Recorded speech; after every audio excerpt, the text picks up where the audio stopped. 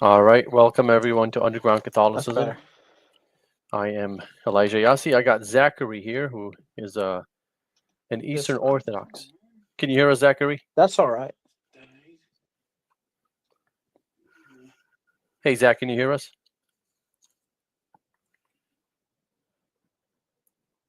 Might be having some difficulties. Give me 1 second here.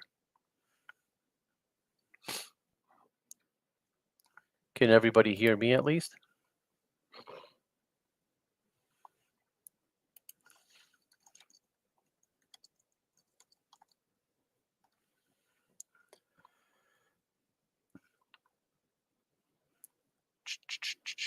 All right, sweet. Just waiting for Zach to come back in here. Um, so today we are discussing. Here he is. Hey, Zach, can you hear us? I think your mic is on mute. You got to unmute Yeah, yourself. hang on. I'm here. There you are. All right. Can you hear us? Yeah, I can hear you. Sweet. All right, Zach. So, Had some uh, Wi-Fi issues there a minute ago. If it happens again, just wait for me to come back. okay, no worries, no worries. If you want to introduce yourself and a little bit about your background, if you don't mind. Right, yes. So I am from Northern Ireland, and I grew up in a Protestant household. And it's not like your traditional Protestant. It's like Pentecostal stuff. And my background before that in my family was Presbyterianism. Uh, my family actually co-founded a Presbyterian church in Belfast somewhere, which I've only ever stepped in once for a funeral. But that's about it. I came into Orthodoxy like 3 years ago because I had grown very upset with Pentecostalism and just didn't like it anymore. So I checked out Orthodoxy through Father Spiridon and Jay Dyer, and I became like the typical annoying convert. And yeah, so my conceptions of Catholicism come from that type of milieu, and it's been something I've been working on for years to try and get out of. Yeah, my understanding is that you actually want Catholicism to be the true church because you're more attracted to the Western aesthetics than you are Eastern, is my understanding, right? Yeah, that's true. I mean, well, the thing is that in the kind of position I have in my ecclesiology right now is that I don't really care if there is a true church out there. I just want a local church, if you know what I mean, that I can be healthy in. Yeah. And the Catholics are the best option for me because being Orthodox in Belfast is very difficult, and I can get into why that is later if you want to talk about it. But Sure. it would be far easier to be Catholic. Okay. Well, if you want to take a few minutes, I actually am interested in hearing why, because that was one of the things I was interested when you had a post yesterday on X, um, and you were kind of talking about how difficult it is. And it kind of surprised me because my perception of Eastern Orthodoxy is that no matter where you go around the world, you're going to get the same version of it, and you're going to get really good priests, really good liturgies, and that's like something that we don't have in Catholicism, that you guys in Eastern Orthodoxy do a better job in. So, what is it about in your area um, that Yeah. you don't like? Okay, so to a couple things to know about Orthodoxy in the UK is that Orthodox in the UK is really only prevalent in South England, right? So if you live in Scotland or in Northern England to an extent, especially if you live in Northern Ireland, Orthodoxy is very, very limited to what you can access. In Belfast, the city that I go to church in, there's only four Orthodox churches, and only one of those churches has a priest who's there every week, and it's a Romanian church. And the issue with it, with all of them, is that they don't have a building. So none of these churches have any premises that they can rely on. And the Romanian priest actually does his liturgies in like the pastoral center of a Catholic church called St. Paul's in Belfast. And that I don't know if I like that priest because do you know what he does? I asked him one time if he thought Catholic baptisms were valid, and he said no. And it's kind of weird how he sponges off a Catholic church to do his liturgies when he doesn't think that their baptisms are valid. That's utterly shameful and disrespectful. Yeah, I mean, I guess it's an opinion that differs from priest to priest or bishop to bishop. There's Yeah, no universal stance on that, right? But my knowledge of the Romanian Church is that they have agreed that for most of their history that the Catholics are valid and everything in there is real. But for some reason, this one priest in Belfast just dissents for some reason, and I don't know why. The other churches in Belfast is like there's this tiny little Rookor cult that is I used to be in for like nearly 3 years, and it's falling apart pretty quickly apparently because there was a big post, I think maybe like 2 months ago, that said mass baptism in the Irish Sea, right? There's a bunch of people getting baptized in the sea just outside Belfast, and they baptized like 11 people. 4 of those people have decided to leave the church, right? So one of them who I know, 2 of them I know very well. I'm not going to name them, obviously. And then there's another one who is like, I don't know where he is right now, but looking at his Twitter, I think he might be Catholic now. So I'm going to guess that there's lots of people leaving that church. And I was the first one to leave it because I was there for 3 years. But when I left, a bunch of other people started leaving as well. And I didn't cause that, of course, but it was people kind of realizing that this church isn't a real church and that people started leaving. That makes sense. That makes sense. So, if folks are just tuning in, or if you guys don't know what this conversation is about, Zach and I have corresponded with each other on Twitter or X or whatever you want to call it these days, specifically on papacy, right? And so I invited him on to come and to just discuss. This is not a debate. This is not, a kill shot. I own this person or he owned me. We're not doing any of that today, or nor do I ever want to do that on my channel. I just like to bring folks on that have difference in opinions and to discuss these opinions respectful way, to hear the other party out, to learn from each other, not in an ecumenist type of sense, even though there's nothing wrong with that. But that's just, I'm not here to, I'm not a bishop. I can't really unite anyone. I can just inform other folks what we really teach versus what the misconception is. And in the process, I'd like to learn also things from the east or from Protestants or whoever is on the show. So I do want to appreciate you coming on, Zachary, because a lot of folks just when I invite them on, they'll reject, and I understand it's not everybody's comfortable being on the mic or something like that. But I want to go ahead. Yeah, so the if well, I wasn't really done speaking about Belfast, but if you want to move to the topic, that's fine. No, like keep going. I just wanted to remind folks what this is about. Okay. So that little Rockor church is in a steady decline from what I hear, and I left it months ago, and I'm trying to move past it now, but it keeps popping up in my head every now and again. So there are 2 other churches in Belfast that are Orthodox. One is a Moscow Patriarchate church, which isn't really a church. It's more just one priest who shows up once a month and does liturgy for a group of Russian people. And there's like maximum 10 people at that church, and most of it is old ladies. He's a good priest. I like him. Not going to name him, but he's a good priest. And then there's another church which I've never been to, which is Antiochian Church, which only meets once a month, right? So in order to be Orthodox in Belfast, the only way you're going to get liturgy and the only way you're actually going to have a normal Orthodox life is if you go to church basically once a month. And there might be some other liturgies out there you can visit during your meantime, but for most of the case, if you're Orthodox in Belfast, you're not going to get the sacraments as often as you would be if you were Catholic. And that's kind of my kind of idea here, is that if I did leave Orthodoxy to become a Catholic, it would be far easier to have access to a healthy spiritual life, because you can't have it if you live in Belfast. Because, as I said, Orthodox bishops seem to only care about South England and they don't care about anything else, from my experience at least.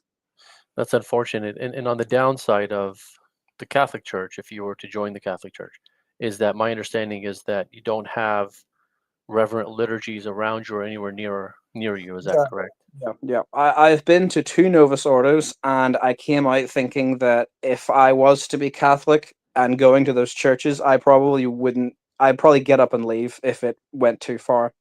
I remember I went to one 2 weeks ago where there was guitarists, and Protestant music at the start, which my mom, who was raised Protestant, like really like low church Protestant, she walked in and she heard it and she started singing it because she recognized it. And Of I thought, course. oh no. Yeah.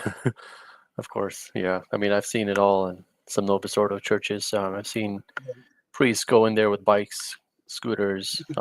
It's just sometimes a circus show, and a lot of times it's beautiful liturgy.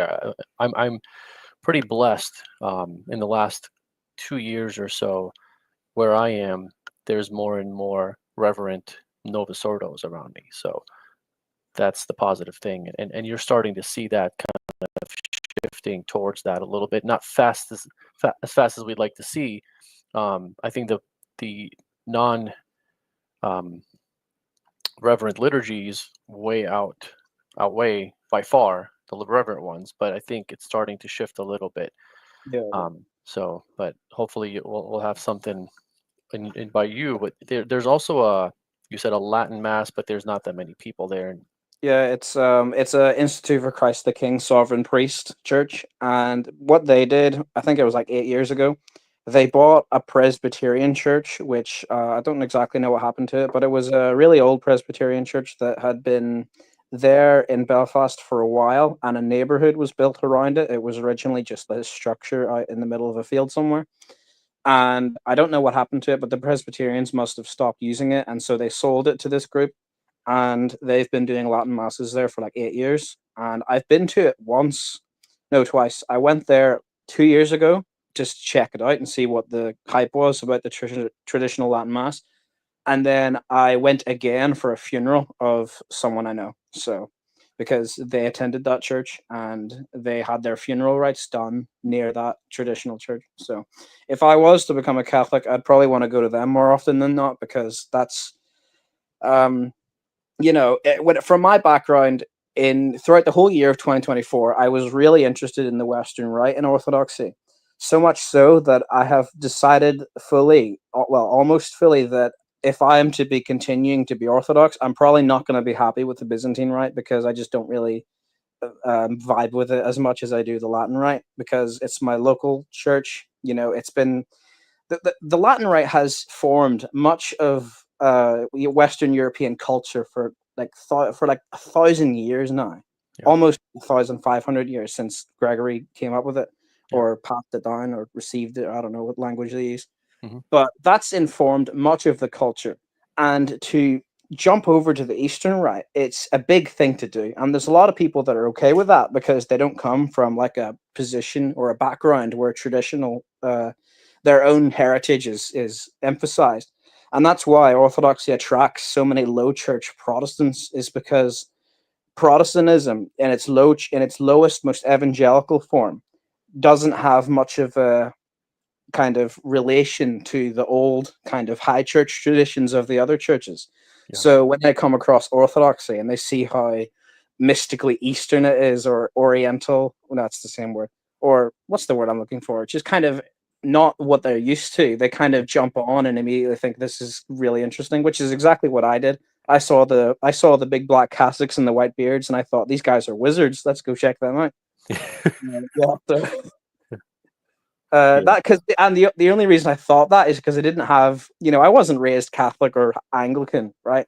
So if I had seen all those things as someone who has been Anglican or Catholic, I would probably been like, okay, so that's the Eastern tradition. That's cool. But I'm much more solidified in the Western tradition, which had I known that about myself before, I don't think I would have entertained Orthodoxy. I like its theology because it's very conservative, but it's as I said before, being Orthodox in Northern Ireland is a Herculean task.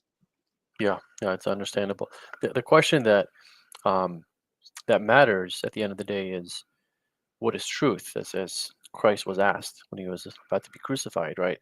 Um, and I think, in my opinion, I think truth exists out there, right? And so far as we can attain it, insofar as that Christ taught it and the apostles taught it, and what they taught, I believe exists today in a church. You have truth that can exist in multiple churches, generally speaking, or in most of it. But I think in fullness of it, obviously, I'm Catholic because I believe that's where the Yeah. truth is. But um, I when I was Catholic, I mean, I was born in I was born Catholic. But I didn't really practice my faith, right? I was like 20 years old is when I started to really get into the scriptures. In my first year, I was actually a Protestant, just in Calvinism. That's where I was leaning towards. And then 1 year later, I discovered the church fathers for the first time. And then I became reverted back to Catholicism. And I didn't really know the teaching of the papacy until 3 or 4 years into being like a more studied Catholic, right? I had these misconceptions of a monarchical papacy, a what some folks would call an autocratic pope, um, a one-man show. Like all that matters is the pope's opinion or vote or what have you. I learned what the Catholic Church teaches about the papacy from an Eastern Orthodox Coptic Catholic. On I don't know if you've ever been when it was available, this Catholic Answers Forum. There's a gentleman named Mardicum, and he really taught me everything I know about the papacy as far as how it functions, or most of what I know about the papacy. And it actually blew my mind. I was like, wow, this I've never heard this before, right? I've only heard the emphasis on the Pope, and that's it. That's all that matters. So I'd like to see what your understanding is of the papacy, if you don't Okay. mind. Yeah. Yeah. Okay. So, in order to prepare for this, I did read as much as I could of Gasser's Relatio, and I didn't get too far in it because reading books on your phone is very difficult. Yeah. And I wasn't about to order the book and have it arrive and then read before I could get here, so that was not going to happen. But I read a lot. I read like the first maybe 35 pages of it, and he explains Vatican I in a way that I think actually did line up with what you were saying. That it's more. I think one guy, Tarsicius on Twitter, said that it resembles Apostolic Canon 34 a bit more. And I thought, if that's really what it is, then I don't see why the Orthodox can accept that, because um, you had mentioned that the idea is that if the Pope wants to put out something ex cathedra that's wrong or that is not supported by all the bishops, that Providence will stop him from doing so. And I thought, okay, that's. I don't think if the Orthodox would assent to that part, but overall, it seems like an okay idea. And that's initially what I thought an Orthodox conceivable view of papal infallibility would be. That the Pope is he takes an idea and then says to the bishops, "Do you agree with this?" And if every bishop says yes, he can then put out the encyclical that states it. And I thought that's a good way. That's a good way of looking at it. But if that's really what Vatican I teaches, then I don't see a problem with it. Neither do I, right? So, and Yeah. that's the thing. It's a misconception, a misunderstanding that we have this pope who can just do whatever he wants, and nothing or no one can stop him. I think the difficulty, and I'm going to speak from an Eastern Orthodox perspective, because I do see some difficulty with it, right? The difficulty is, you mentioned that if he was to decree something heretical, he would be impeded providentially, right? That God will stop him. That's the gift. That's that right there is the gift. That's all. Papal Okay. infallibility is the Pope is being impeded from declaring heresies. He's not being led necessarily. He can be, but he's not necessarily being led to decree the right Orthodox teaching, Right. right? Okay. And this is why he needs to learn what the teaching is before he decrees it. This is why ecumenical councils are important. This is why consulting bishops, because he doesn't have all the answers. This is why people say, oh, if the Pope was infallible, why didn't he just decree that Jesus is God? And why do they have to hold a council in 325? It doesn't work that way, because he doesn't have all the answers. And even if he does have the answers, he wants to confirm his answer is correct before he decrees it, because you know, the belief is that God will impede him from making the decree. That's the gift. And as an Eastern Orthodox, either you believe that gift exists, regardless of all the mechanics of him consulting or not. Either you believe this gift exists or it doesn't. That's Yeah. at the end of the day what it boils down to. And if I look at the early church, and I'm looking at the popes, they are working in unison with the bishops almost every time. I would say like 99% of the time, there's no such thing as a pope who's standing up and trying to demand his will be obeyed, right? He's working with the brother bishops. And that's the point of the papacy. That's how it's supposed to work. Now, the only question is, does he have this gift? That's all it boils down to. You can have Apostolic Canon 34, can work as the way papacy works. It could work that way, right? But if the Orthodox can't accept that the Pope has this gift of infallibility given to him by Christ to Peter, and Peter to the rest of the pontiffs, then it's a false teaching, right? Either he has it or he doesn't. So, and when you look at the early church, there is an idea of the Pope having this type of gift. Like Saint Maximus Confessor talks about it. I know there's ways you can interpret it, right? Or ways you can say, okay, you can explain it this way or that way.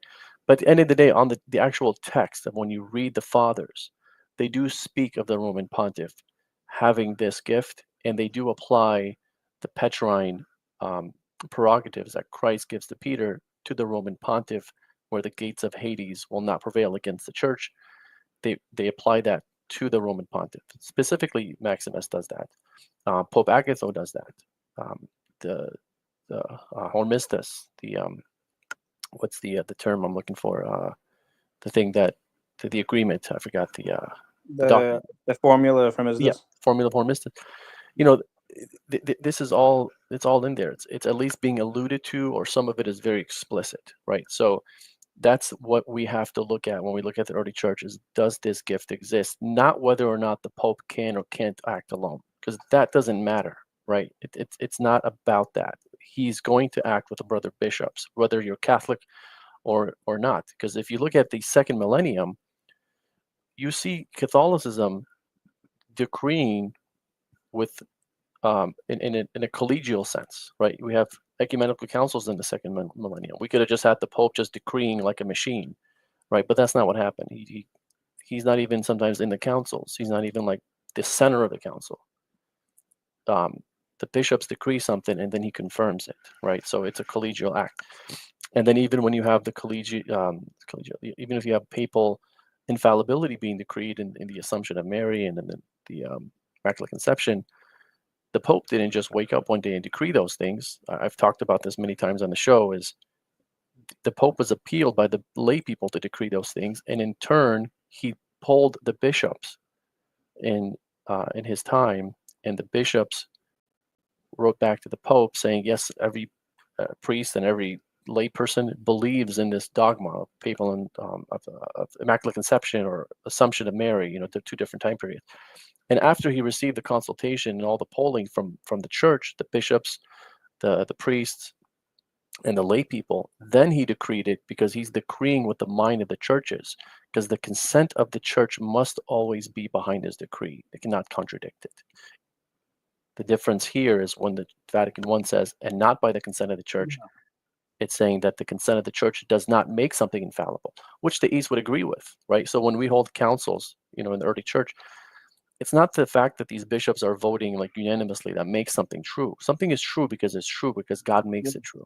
They're witnesses to the truth, and so that's where we would agree. Where we would disagree is, does this gift exist or not? Just want to get your thoughts on that. Yeah, okay. That seems all right for me, because the big thing that stops me from becoming Catholic is that I just became Orthodox, and it would be kind of, I don't know, a bit fickle of me to just jump ship immediately as soon as I've been chrismated, like I think it was in October-ish. Just for me to jump and do that. So I wanted to give Orthodoxy a little longer before I, decide what's better for me, if it's the Catholics or something else. And the other thing is that I was very much under that impression that Vatican I teaches the very, very kind of strange view that a lot of Orthodox apologists talk about. And I don't really know if it's the case, because here's the thing, right? I know that you believe what you believe, but how am I to be certain that everything you're saying here is true? What if I meet a Catholic who's like, no, actually, you need to assent to what Figius taught or something like that, which none of them ever will. But Vatican I says that Figius's views, Albert Figius, his opinions are pious, and I kind of thought, okay, well, I don't care that that's permissible, because it doesn't really matter. But there are Catholics who are going to interpret Vatican I in a, I don't know, Figian way, or in a way that that Robert Bellarmine speaks about it. Yeah. And that to me seems a bit outlandish. I like your take a bit more because I had spoken with a guy on my Discord who had said that Vatican I dogmatizes Bellarmine's view on the papacy. What do you think of that?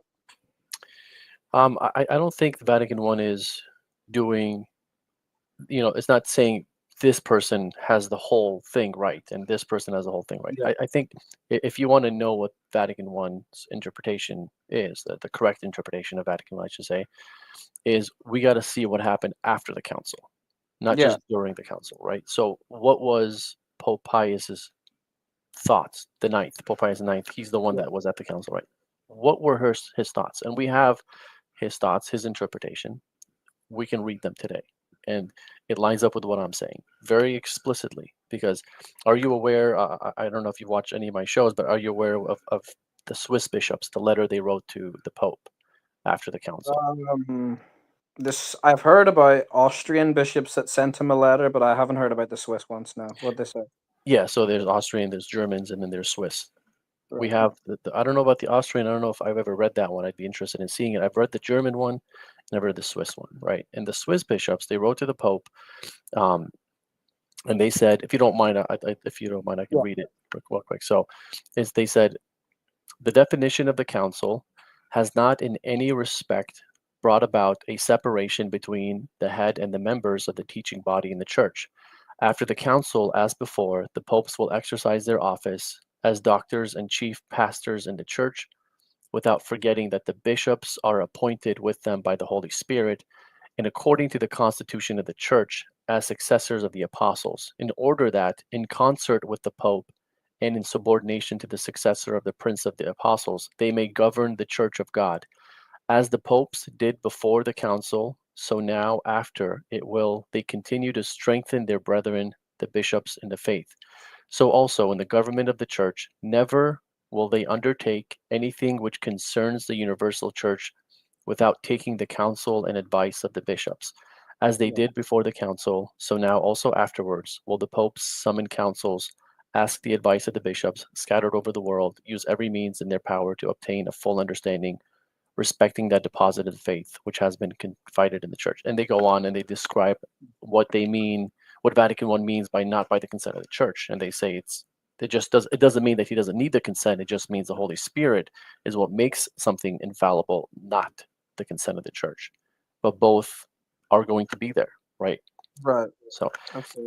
so when I read that and Swiss bishop's interpretation and Pope Pius IX made this um, in a sense a magisterial document, so it becomes like the official interpretation, in my opinion, because there's nothing that you can point to that says, well, the Pope is an autocrat, officially speaking, right? Because you have Vatican I, and we can read it in different ways, and it can be read in a very monarchical sense, where the Pope is all that matters, right? And his opinion is all we need to know. It can be read that way, and that's the problem. That's the problem is the folks at Vatican I that were there, the bishops that were there, they left the council thinking that their side won, and so they had a better PR, right, Right. public relations, and you know, they spread this monarchical papacy that we still suffer from today. They're what they did at that time still is affecting us today in the Catholic Church. And just like me, I thought that's what the teaching was, right? Um, but if you look at the actual like documents, official documents, what does the Catholic Church actually teach officially, and the interpretation of it, it it, it it's very far from that, right? And then if you also read the German bishops, and I can send these to you, and I can put them in the comment sections as well for folks to read. The German bishops, they're talking about the same thing, where the Pope doesn't usurp the authority of each individual bishop because they have a right to govern by God, right? He cannot take that away from them. And his authority, the Pope's authority, is really to confirm their authority, right? Just like Pope Gregory the Great, he said, "My honor is your honor," or other way around. Um, if you have the authority, then I'm honored, right? And they quote that in Vatican I specifically, Gregory the Great. Um, when you learn the backgrounds, and I can recommend a really good book is this book right here, Towards a Papacy and Communion. It'll go into the backgrounds before Vatican I, during Vatican I, and after Vatican I, and Vatican II. In Vatican II, once Vatican II was held, and it's like, oh, they basically already put that balance. But I'm not even talking about Vatican II. Vatican II balances out the authority of bishops and popes very well, but I don't Yeah. need to go to Vatican II to do that. I can just go to Vatican I, and it's still there. Okay. What was I going to say? There's I was reading the Alexandria document the other day, which, if anyone doesn't know what it is, it's a document that was written by both delegates of the Catholic and Orthodox churches. They've basically described the history of ecclesiology since the Great Schism. Yeah. And one of the things they mention is that Pius IX actually did invite the Orthodox bishops to come over and discuss Vatican I with them and actually like be a part of the council. Yeah. And I didn't actually know that, and I thought that was a very good thing of him to do, because lots of traditionalist narratives paint Pius IX as this guy who thought that everyone who was outside of communion with Rome was like, really illegitimate. And there's a quote from him where he says, "All who eat the lamb outside the church perish," and he was obviously referring to schismatics there. So the fact that he invited them shows a very good set of goodwill on him there, because he did think that the Orthodox do need to input some of their own opinions in this. And I think it was Patriarch Gregory V of Constantinople who said, well, I don't know if it was him. It was one of the ecumenical patriarchs that said, we don't want to come because it'll just spark up the age-old debates and things will just go very wrong. Yeah. So I think if the debate would have been more cordial, I think they actually would have went. But there's a lot of politics that are involved, and there are some crazy bishops in the Orthodox Church. Like there are some madmen who think that the papacy is literally the Antichrist or something, Yeah. and they hold that some I don't know all the bishops, but I'm pretty sure there's got to be one loon out there who thinks that the promise of Peter, the rock, is like Christ or something and not Peter. Like there's probably loons out there who think that. Yeah. And so it's stuff like that in my opinion is probably holding back Orthodoxy from coming into communion with Rome, is that because Orthodoxy has that very rigid consensus ecclesiology. Yeah. If one bishop or a couple bishops says, no, we don't actually agree with this not big an issue idea, that the Orthodox Church can't come into communion then without cutting communion with those bishops. For example, there was in 2016, there was, I don't remember the name of the document, but there was a document that was coming out that the Bulgarian bishops objected to. And it said that the idea of the document was that Orthodox and Catholics can't proselytize each other, so they can't try to convert the other. And the Bulgarian bishops said, "No, we're not accepting this at all." And then they go on to cite Saint Cyprian and saying that if we tell schismatics that they have sacraments, they won't return to the church. And I thought, that's scandalous for the Bulgarian bishops to come out with such an outdated ecclesiology. Yeah. Yeah. That's a good point. Yeah. Yeah. Yeah. Keep going. So that's the other issue, is that there's got to be some, and they're usually Eastern European bishops, right? If you go to a place like Serbia or Bulgaria, especially, and Georgia, if you speak to the patriarchs of those places, except for Bulgaria, like if you ever got to speak to what's his name, Patriarch Porphyry of the Serbian Church, he's an ecumenist, and people say no, he's not, because the Serbian Church isn't. But if you actually hate Patriarch Porphyry once saw a bunch of Serbian Orthodox faithful venerate Saint Leopold Mandic, who was like a Croatian priest who was very, very into ecumenism, and he was praying for it a lot. And the Serbian faithful were venerating him, and he said, "This is great because he is." I don't remember the exact quote, but he goes on to call him a real saint of God, and he's very happy about it. And so, but there's probably so many Serbian bishops who would probably get upset at him for something like that. And the other thing is that Patriarch Porphyry wishes like a, I don't remember the name of it, but it's ideal fater to Muslims every year or something. And I don't know, the Serbians get really annoyed about that. The other patriarch is Patriarch Elias II of Tbilisi, who's the Georgian patriarch. His bishops warned him that they would go into schism with him if he continued to be ecumenical with the papacy. Wow. And when I heard about this, I was like, "There's no way that that's really what they're doing. They're threatening to like schism from him if he continues to go in this direction." And I just kind of thought, this is how backwards the Eastern European churches are right now. They just want to keep everything in the way it was before. They just want to treat the Catholics like they're Muslims, essentially. They want to treat them like they're pagans. And that's just unacceptable. Yeah. Yeah. The only patriarch I think in the Orthodox Church entirely that is actually really rooted in that old traditionalist kind of hyper rigid sectarian orthodoxy is the Bulgarian patriarch, who I don't know anything about, but he hasn't put out any statements that I've seen that are in support of ecumenism. So uh, there's stuff like that. But then again, the Bulgarian bishops in 2016 that basically said Catholics are outside the church. That gives you an idea of what the Bulgarian church thinks. Yeah. But every other Orthodox patriarchate is completely on board with it. The current head for I think the Patriarch John X of Antioch is apparently going to be the head of the World Council of Churches this year or something like that. And if you speak to Antiochian Orthodox in America, they still hold these really traditionalist views, even though their patriarch is on board with everything they hate. And then I don't need to mention Bartholomew. He's obviously an ecumenist. And then there's Patriarch Kirill, who made that joint declaration Yep. with Francis in Cuba, I think, in 2016.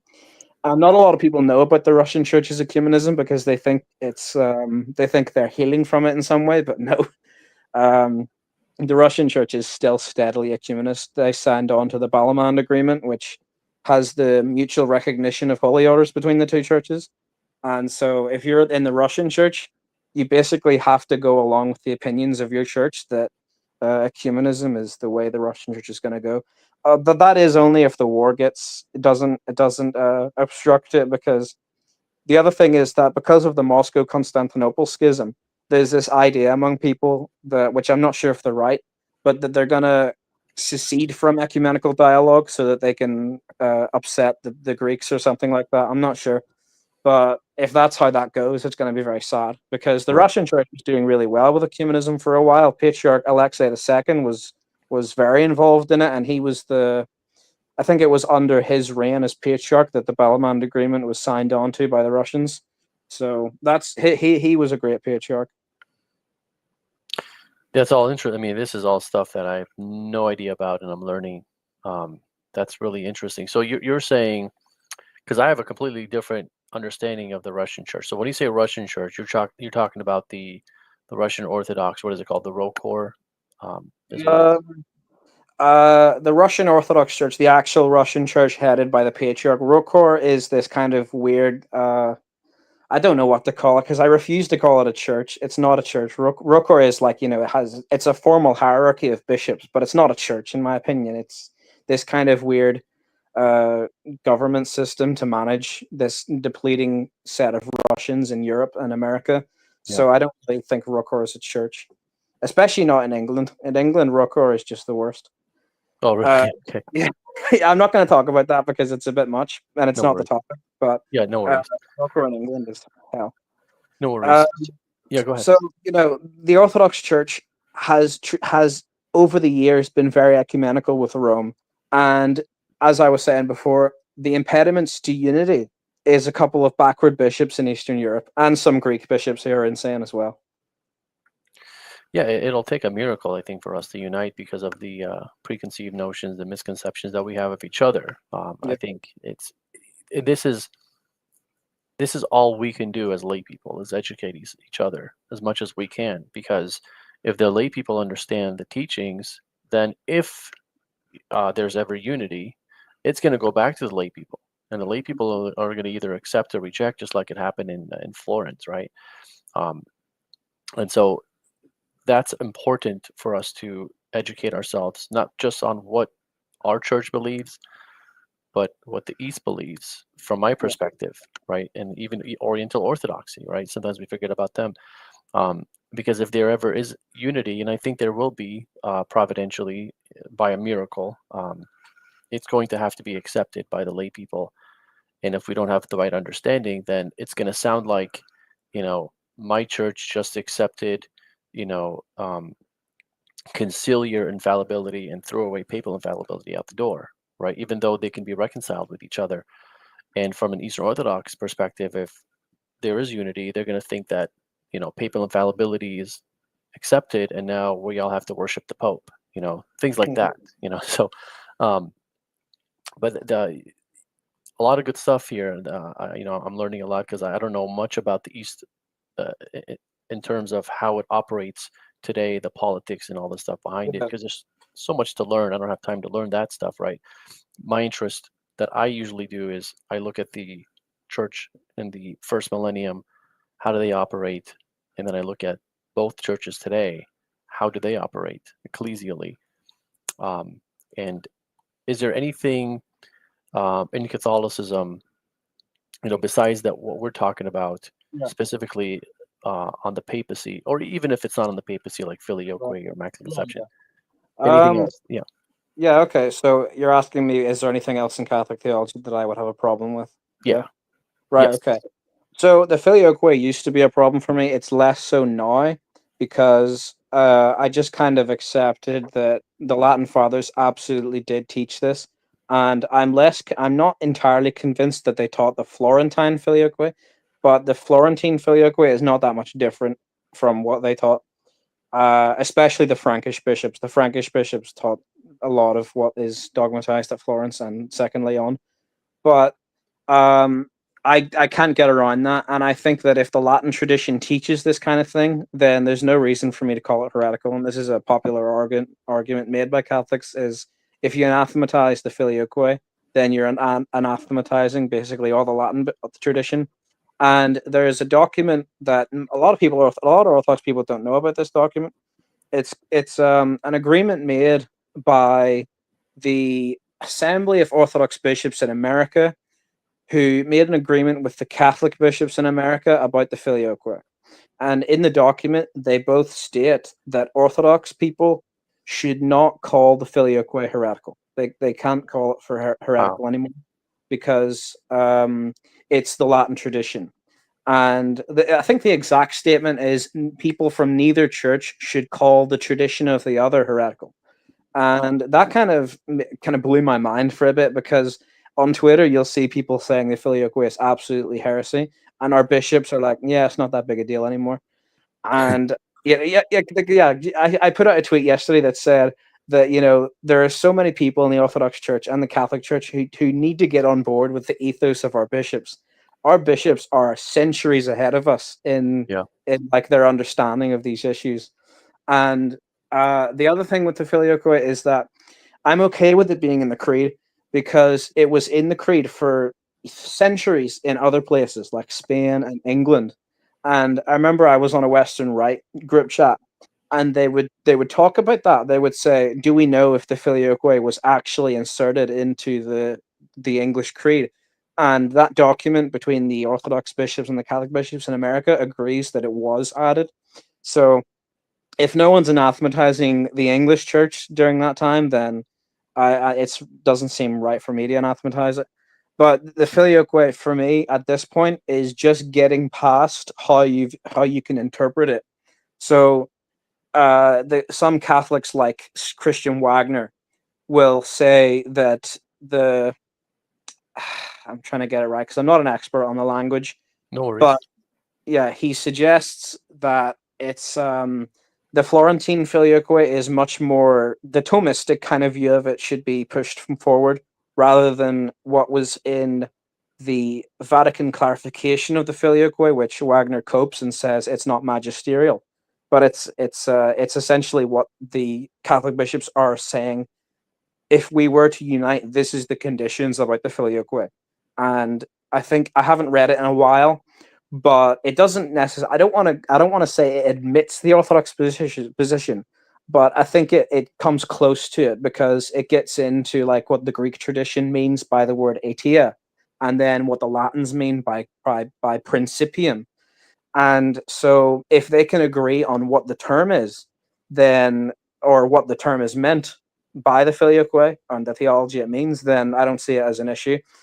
And in some sense, I actually think the Filioque being in the creed is a good thing, because if you say the Holy Spirit proceeds from the Father alone, then a lot of people are going to think that basically shuns the Son from having any eternal relation to the Spirit, and that's not present in either tradition. The Orthodox tradition has a very no, and it's not fully worked out, but they have a good understanding of the relation between the Son and the Spirit. They say that the Spirit proceeds from the Father through the Son, and that's very close to the Filioque. And there is another part of the debate that in Orthodox theology that is trying to understand the Filioque in this way. Do the Orthodox Church understand the Filioque in this way? So does the Spirit proceed? Now, I'm sorry with my terminology because I'm not that good at this. No worries. I have a friend on Twitter, Ethan Wayne, who can explain this far better than I can. But the idea is that if the Spirit proceeds from the Father through the Son, in what sense does he proceed from the Son in that way? Is it an active procession where the Son actually has a role in having the Spirit come through him? I think that is very close to the Catholic position. And if that's what Orthodoxy defines about it, then the Catholic and Orthodox view are not that much different, and therefore the discussion on the Filioque is not going to be an issue going forward. If they say it's a passive procession, then it's a little bit harder. But I think the active procession model is going to be the easier route for unity. So the Filioque doesn't bother me that much anymore.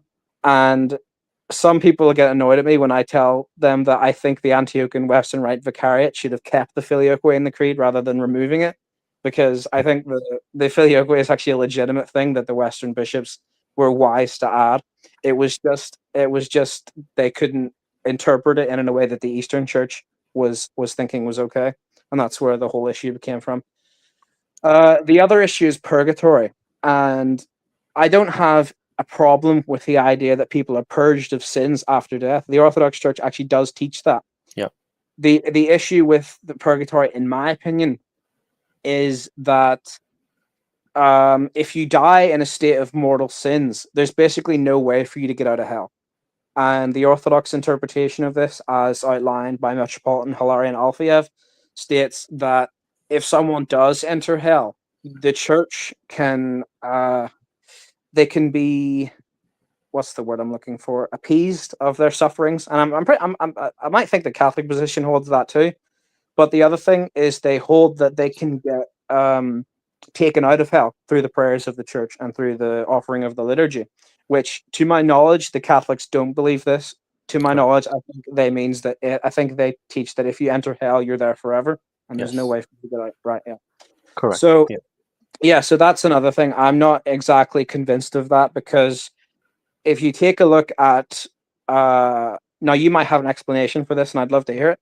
But do you know the story of Pope St. Gregory the Great saving Trajan? No, I don't think I've heard that. So there's a story in the life of Pope St. Gregory the Great where he prayed for 30 years to have the soul of Trajan saved, because he had been looking into Roman history and he thought Trajan was a good emperor. So he prayed for him for like 30 years and offered the mass for him. And then one night he had a dream of Trajan's soul getting taken out of Hades and put into heaven. And that's a tradition that is fairly well known, because even Aquinas talks about it, and he says he has an interpretation of it because someone asked him in the Summa, I think it was in, he says, Thomas, how if salvation is necessary, no, sorry, damn it, if baptism is necessary for salvation, how was Trajan saved by the prayers of Pope Gregory? And he says, I don't know where I heard this, but he says that basically Gregory resurrected Trajan, baptized him, and then he went to heaven, which it's a bit absurd. I'm not actually sure if Aquinas said that because it sounds ridiculous, but it's something like that. Yeah, that's interesting. No, I'd never heard this before, honestly. Yeah. So that's the other issue. If it's true that you enter into hell forever and there's no way out of it, then it basically means that there's no way in Catholicism that Trajan could have been saved by the prayers of Pope Gregory unless Trajan hadn't died in mortal sin. Is that Pope Gregory the First? Yeah, yeah. Okay, okay. Um, yeah, I'm not aware of that story. But I do know that the idea of going to hell and staying there forever, um, I think a lot of folks miss this part from Scripture. It's not about the verses in hell that talk about hell and how it's, you're tormented and so forth. Those are not the passages that I would point to. I think the passage I would point to, even to explain the mortal sin aspect of it, is 1 Corinthians 6:9 through 11, where St. Paul says, do you not know that the unrighteous will not inherit the kingdom of God? Do not be deceived. Neither fornicators, nor idolaters, nor adulterers, nor homosexuals, nor sodomites, nor thieves, nor covetous, nor drunkards. And he lists, more than that. And he says, well, nor extortioners will inherit the kingdom of God. And such were some of you, but you were washed, but you were sanctified, but you were justified in the name of the Lord Jesus by the Spirit of our God. So he's not saying you're going to go to hell. He's saying you're not going to inherit the kingdom of God. And I Right. think that's more explicit in the fact that hell is eternal. Because if he's saying you will not enter heaven, then hell is eternal. It assumes that, right? Um, and he lists the things that Catholics would call mortal sins, right? And a mortal sin has to be understood. It's not like, someone who doesn't understand Christianity, right? A mortal sin has to be something where the person knows that this is a grave sin and is not being forced to do it and does it willingly. And it's a rejection of God, right? It's a complete rejection of God because you know that this sin is going to send you in hell and you do it anyway, Yeah. right? So it's not like he's ignorant or she's ignorant of this. And to me, mortal sin makes sense from when you look at Yeah. it in that sense, right? The If Orthodox Church also teaches that there is a distinction between mortal and venial sin, just people don't know about it. See, I didn't know that. I thought, it was just sin is Oh, sin. yeah. It's there in the Confession of Dositheus. He mentions that if you die in mortal sins Hmm. without having made penitence for it, you'll Yes, enter into hell. that's And true. it's Actually, taught, yeah, yeah, it's taught in Scripture as well. John doesn't use the word mortal sin. He uses the word like deadly sins. He yeah, says there are sins and then there are deadly sins. So any Orthodox that denies the distinction just doesn't know what they're talking about. yeah, yeah. Sins that lead to death. Yeah, yeah, Yeah, absolutely. Yeah, and that's another passage that we can point to show that there is a distinction. That's a good point. Um, Now, I do want to comment a little bit on the Filioque, right? yeah. And it seems like, I'm just somebody who's outside looking in, and I'm a layperson, so I'm not going to have a full understanding of these things, as you say, as our bishops do, as our, clergy do.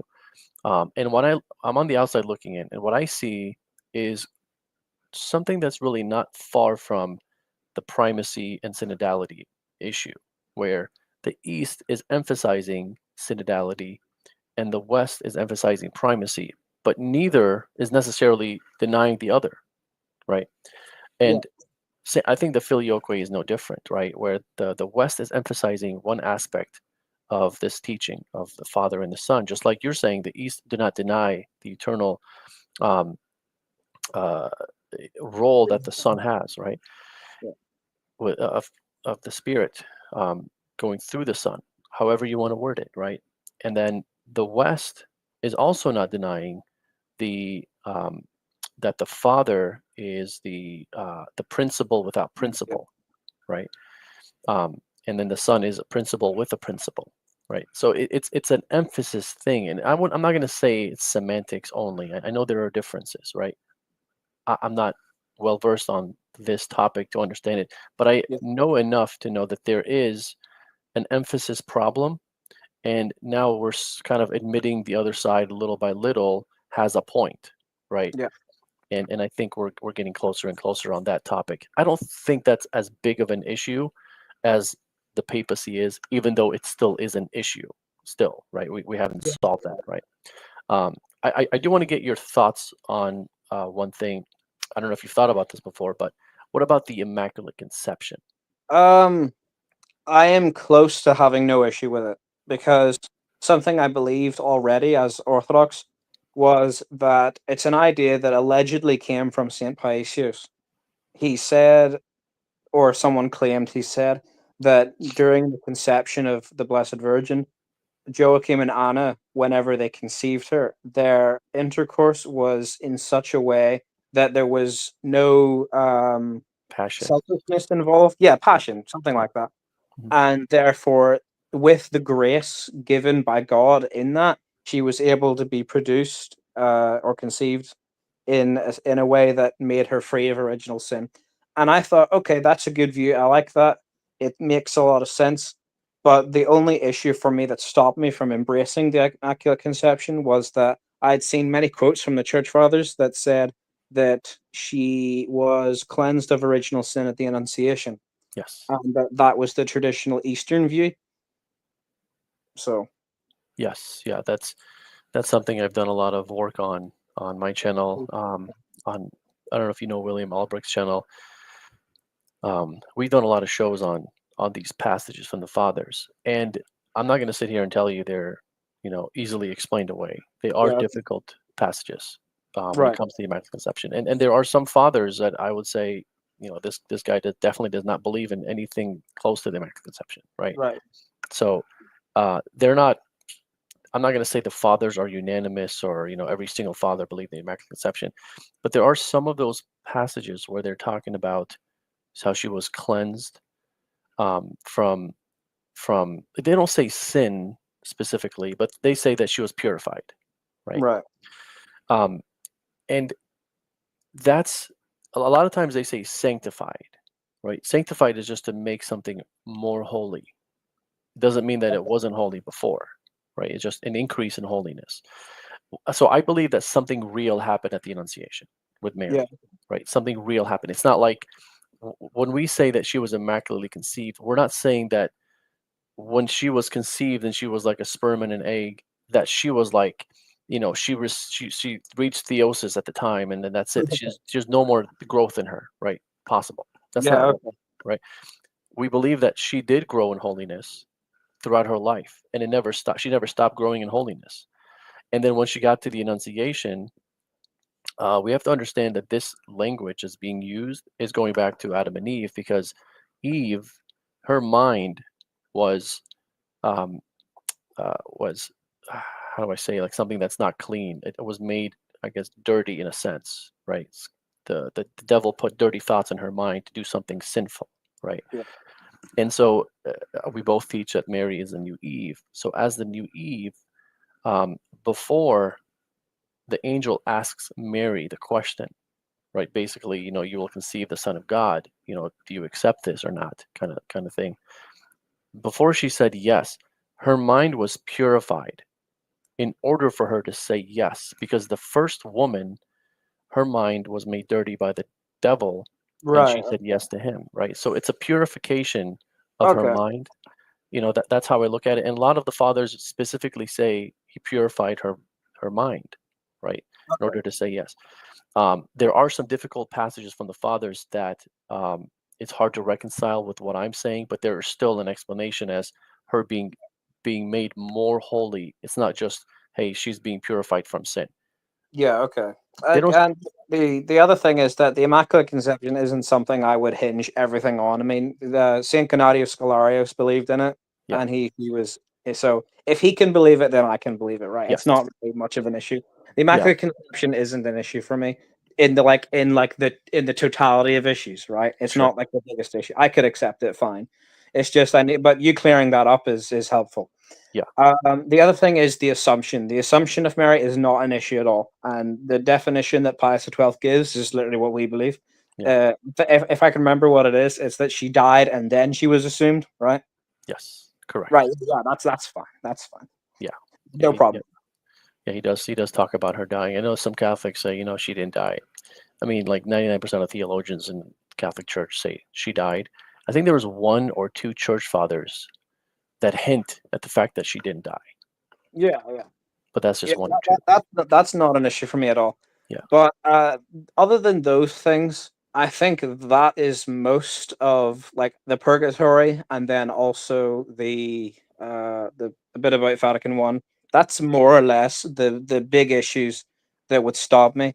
And here's the thing: I'm not actually stopped from becoming Catholic because I don't agree with those things. Yeah. It's because I'm not certain whether the clergy are going to allow me to kind of have questions about it and join the Catholic Church. Yeah. Because it's I would gladly join them if I came to the realization that it would be a good idea. But at the same time, I wouldn't want to have clergy or people in the church being like, "Oh, you don't believe in that, or you're questioning that, then why are you even Catholic?" That's not what I want to have. So Yes. Yeah. I'm not going to hinder you from becoming Catholic, but I would say this. I would say don't jump the gun, right? yeah, Obviously, that's what you're saying, right? You want to study the best arguments from both sides, right? Don't just study the Catholic Church's arguments because you've studied the East and you're like, okay, I've studied the East, I know what they are. Study the West, the papacy arguments, and then study the answers from the East side, and then see, which one in your mind, and obviously pray about it. That's the most important yeah, thing. But if you're just going to jump the gun, you're not going to stay there for long, as you're saying, right? Because you're just going to be like, "Oh, I'm just going to become Catholic because it's easier for me," and then you're going to meet a priest or somebody who's like, "Oh, you can't believe that as a Catholic," and it's something oh, that yeah, you may not have been aware of. You want to be convinced that the Catholic Church is the true church, right? Or you want to be convinced that the Orthodox Church is the true church. Whichever side you're convinced of, you want to take time to study that, to pray about it, ask questions. And if you'd like to, come back on and do another show, because I know this was kind of like generally speaking, right? We're talking about generalities, but if you want to come on and we could do another show and talk specifics on, things that happened in the early church, how do you reconcile this with the papacy that you're spewing, right? Kind of thing. And then we can talk about that. But I know it's late right now where you are, right? It's like 4 in the morning or something like that. it's 11:33 p.m. Oh, okay. It's not okay. That's not too bad. I was wondering if you wanted to take some questions, if some folks had questions on the Okay, chat. well, all right. Well, I can't really read that chat right now because I'm in this StreamYard thing, but you can fire away. Yeah, The other thing before you do that, I have another thing to say please. Yeah, because please. Vatican I also goes over his universal immediate jurisdiction, which, if I'm understanding it correctly, which I'm likely not, is this the idea that the Pope can go into the diocese of another bishop and defrock his priest without that bishop assenting to it? Is that something the Pope can do? It's not something that he does like willy nilly, just Yeah. because he feels like doing it, right? The reason why the Pope has this authority is for to make sure, in a sense, that everyone is playing nice, right? So if he doesn't have a real authority of that, so let's say you have a bishop in Germany, right? And I wish this happens because with Pope Francis, it doesn't seem he doesn't seem to be using that where he should. It'd be good for him to excommunicate James Martin, wouldn't it be? Yeah, yeah. So if they're spewing, that homosexual marriages can receive blessings from the church, Yeah, right? And that's wrong, right? In my opinion, that's wrong. That's been the teaching of the church historically. Um, we just we're not into that stuff. So then the Pope, that his job is to go in there and deal with that issue, not necessarily saying, "Hey, you're excommunicated," right? right. But he's got to deal with that issue somehow. And if he doesn't have the authority to do so, then he's just powerless, and he has to, Yeah. wait for everyone to consent, and then he can deal with it Okay. together. So Yeah. it's a power. It's almost like, okay, I'm married, I'm a husband, right? I have a wife and I have 3 kids. If I'm not the head of the household or head of my wife and my kids, right?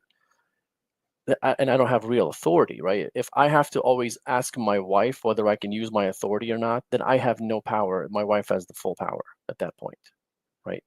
But if St. Paul says the husband is the head, he has to have the full authority to act without consulting the wife. However, the prudent thing to do, and the way you do act as a husband and as a pope, is you consult, and then you gather information, and then you gather what the bishop's opinion is on the matter, and then with the bishops, you act with them together to handle an issue. He's not just kind of directly handling it himself, right? And that's the thing is with the German bishops in Vatican I, after Vatican I, not the German bishops now, they they wrote the interpretation of Vatican I, directly talking about your question. What does it mean for him to have this immediate? Does it mean that it takes away the authority of the bishops in the local church? And it deals with that, right? And it says no, that's not what the point of the doctrine is. But it's kind of like something that has to be there for him to have this authority to make sure everyone's playing nice, right? Because if he doesn't have that authority, then there's chaos everywhere. The bishops can do whatever they want, and he has no authority to be involved himself with his brother bishops and say, hey, we're going to tackle this issue that's happening in Germany. And again, I wish Pope Francis would do that, right? With what's happening with the German bishops, and he's not, right? And in fact, it's almost like, you know, he's kind of giving them the permission to continue doing this, and that's very bad. That's bad leadership, in my opinion. It's not bad leadership to go in there and to solve the problem. It's bad leadership to let that problem happen. If that makes sense. Yeah, okay. The that idea that I certainly don't believe that the Pope basically has put himself above the bishops in that way, because I did read Vatican I's Pastor Eternus, and then I read a bit of the Gasser's Relatio, Yeah. and it does stress that the bishops aren't usurped, and I think the best example of that is during the life of Saint Therese of Lisieux or Lisieux. Hmm. She was rejected at the Carmelite monastery she wanted to go to, and she asked the bishop could she join, and then the bishop told her no. So she decided to go to Rome and ask the Pope to let her do it, and then she says you can only do it if your bishop says so, and the bishop already said no, so she couldn't Yeah. do it. She later could in later. But the point is that Leo respected the decision of that bishop already. Yeah. So that's definitely good that the Pope just doesn't do that all the time. Yeah, and that's the norm, right? That's the norm. You even have, and I'll be honest with you, like I sometimes wish that the popes would use that more often. And I'll give you an example. Vatican II, right? When they came up with this Novus Ordo liturgy, right? And it's not practiced the way Vatican II wrote it, right? And there's a reason for that. The reason why it's not practiced the way in Vatican, the Bishop of Rome does it the way Vatican II wrote it, right? For the most part, right? But other dioceses don't. Yeah. And the Pope does not involve himself and say, hey, you must do it this way. He lets the bishop deal with it himself. And if the bishop allows the liturgy to be done this way, that's his diocese. I'm not going to involve myself in that, you know, Yeah. because then it creates bad examples, and it creates, it kind of shows the Eastern Orthodox, hey, look, this guy he's like, overstepping his powers. And so the popes are very careful in involving themselves in matters like that. And it's the local bishop that has the authority to teach his flock. He knows they're his flock better than the Pope does, because he's involved with them. He's there. And the popes are prudent enough to let them do that. But personally, for me, I wish he would do something about it. So, because we would have more reverent liturgies, right? I watched a video by this, like, I don't know exactly what his position is, or if he's a sedevacantist or a SSPX or whatever, but he's called Yeah. Unum Sanctum Catholicam on YouTube. Yeah. A very small channel, but he made a video called The Peril of the Reverent Novus Ordo, which I thought was very good, because he stresses that because John Paul II and Benedict XVI had been ordained in the Latin Rite, in the Old Rite, I mean, they already knew that the Old Latin Rite was very important to people, and it's important to them. Yeah. And so whenever they're doing the Novus Ordo, they do it in such a way that it's very close to the Old Rite in the kind of solemnity that it has. But then you go look at Francis and how he does it, and it's totally different. Like, there's a video I watched of all the popes saying the Pater Noster in the Vatican, and it goes all the way from Pius XII all the way to Francis. And for the most part, every single pope up until Francis chants the Paternoster in such an incredible way. They Yeah. sing it. They've got a choir, and it's very good, and it's very reverent. And whenever Francis does it, he just says it. He just kind of speaks it. Yeah. The other popes sang it, and they had choirs and organs, and it was beautiful. And then Pope Francis just kind of mutters it under his breath. And Yeah.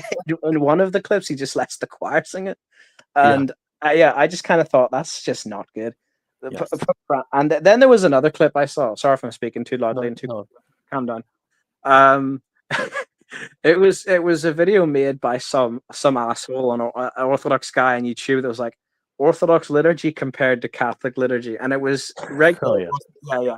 It was Orthodox liturgy, and then on the worst side of it, it was the worst side of the Catholics, right? And one of them was this like Mexican Spanish band that played music in the Vatican, and there was a woman singing in Spanish with like guitar players and stuff going on during the liturgy, and I thought, what?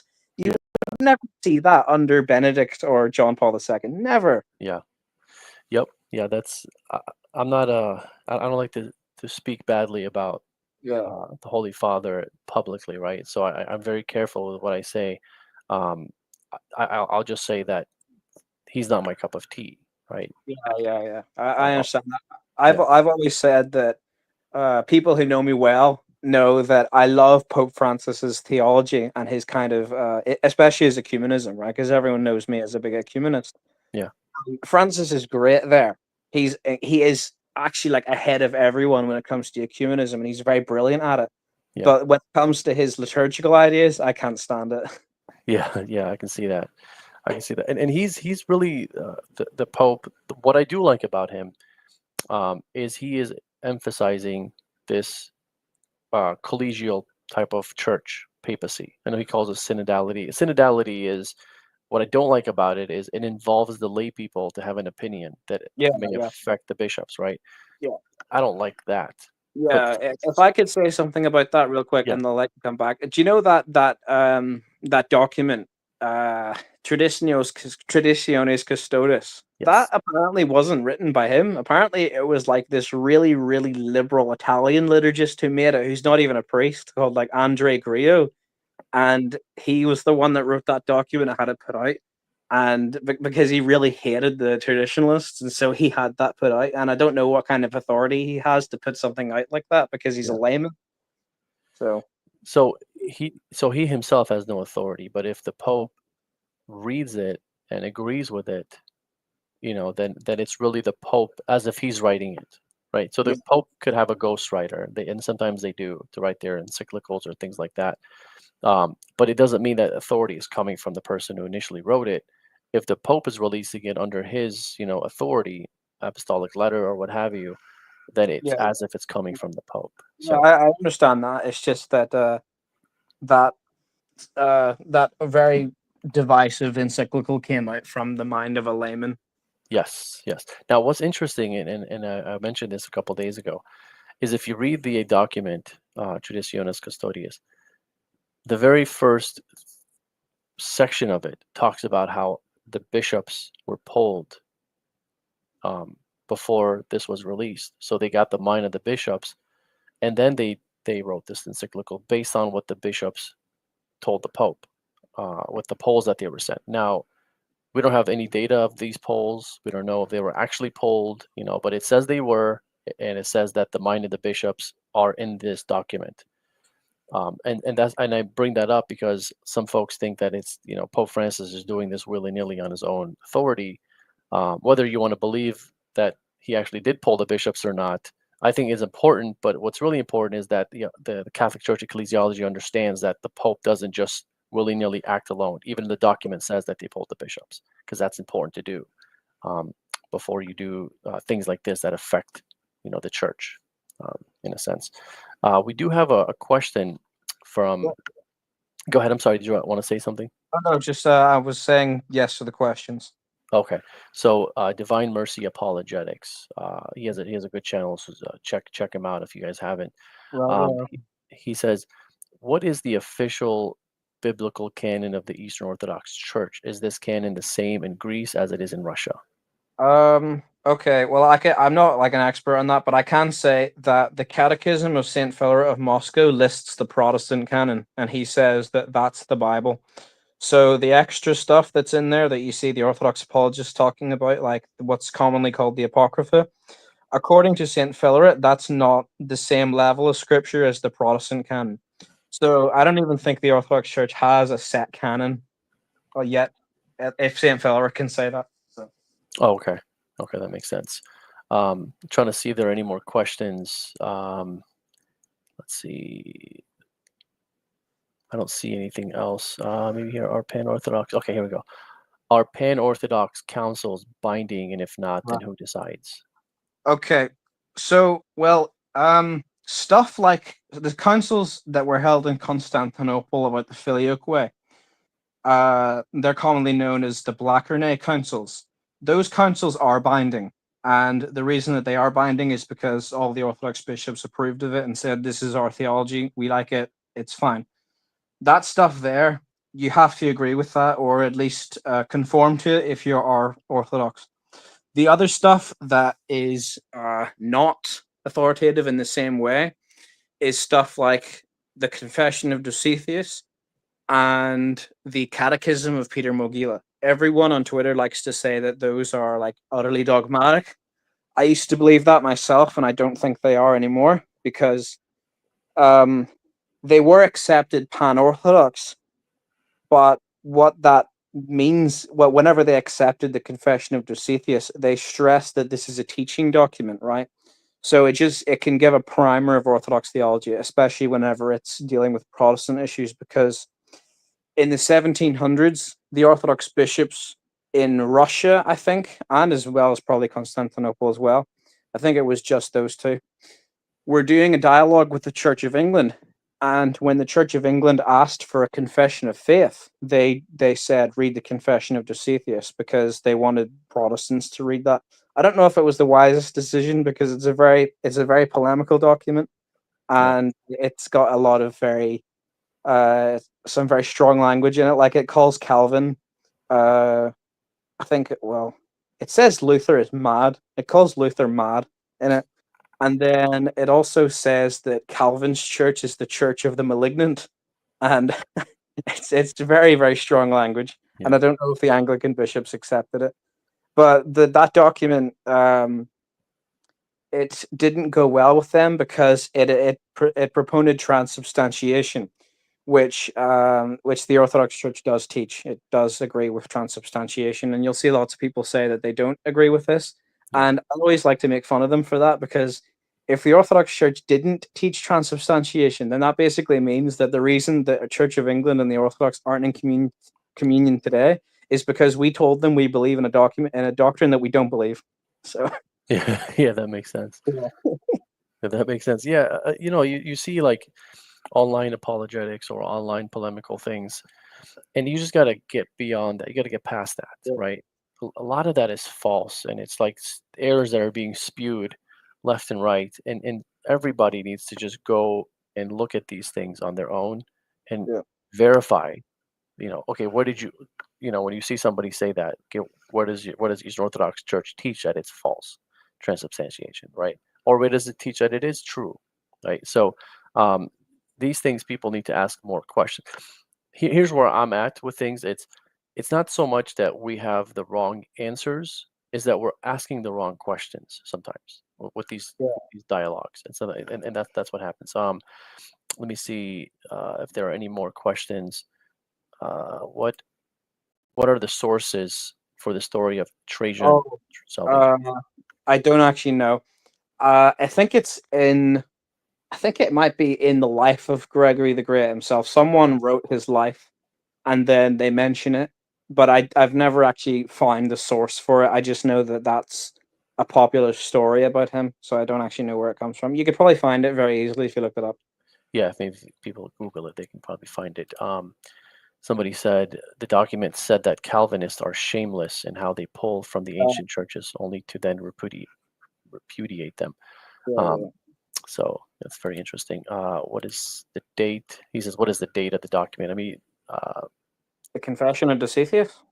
I think that's what he's asking about. I'm not sure. So No, that, no, he's asking about the Gregory. oh, Yeah, yeah. Uh, I don't probably know. sometime in Uh, the 500s. yeah, well, yeah, Pope Gregory was Pope in like the uh 500s roughly. No, Yeah, yeah, hundreds. yeah, Early 500s, early 600s. Yeah, yeah, somewhere around there. Um, I but think I he don't. died at like 610. Oh, okay. Yeah, he had a very influential papacy.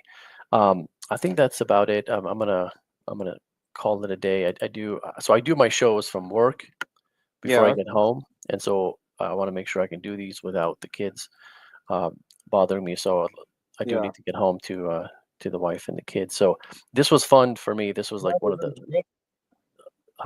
If you want to come back on, I mean, we'll talk on Twitter. If you want to Yeah. come back on in a Well, month or two, it's up to you. Go ahead, if I was to come back, would I be able to invite a friend? please. I Yeah, 'cause, my friend Ethan Wayne, who I think you yes, might know on Twitter, he knows a lot more about this than I do, and I sure. think I'll probably get along with him. But that's only if his schedule can get around it, because he's a seminarian. Okay, please. Yeah, I'd love to have more conversations with Eastern Orthodox folks. So Yeah, if you want good, to bring them definitely on, a good chat, and I will consider coming back and doing another show because this was good. This was good fun. yes, yeah, it's been fun, and thanks for coming on. I know it's late for you, and so thanks for staying up and doing this. And folks, if you guys could please do the whole nine, the like, subscribe, blah blah blah, and comment on the comment. The algorithm really picks up. Yeah, Uh, you and know, follow me on Twitter. yes, yeah. Follow on Twitter. You want people to follow you? Do you have like a what your at is? Oh yeah, it's the same as the name there, Zachary of Ulster. The other thing is that I have a Discord, which is its primary goal is to promote ecumenism among lay people and for like Christian understanding. And someone said I should promote this on the video. So Yeah, go ahead. Is that how do people find that? well, they can DM me on Twitter and I'll send it to them. I always check my DM to see if anyone's mentioned it. Awesome, awesome. Sounds good. Well, thanks for again, Zach, for being here, and thanks everyone for tuning in. And then I will be doing a show soon on the Chieti document, on the Alexandria document, which were mentioned earlier, and then we'll have some more shows in the future as well. But other than that, everyone have a good night and God bless. Thank you. Thank you. Bye.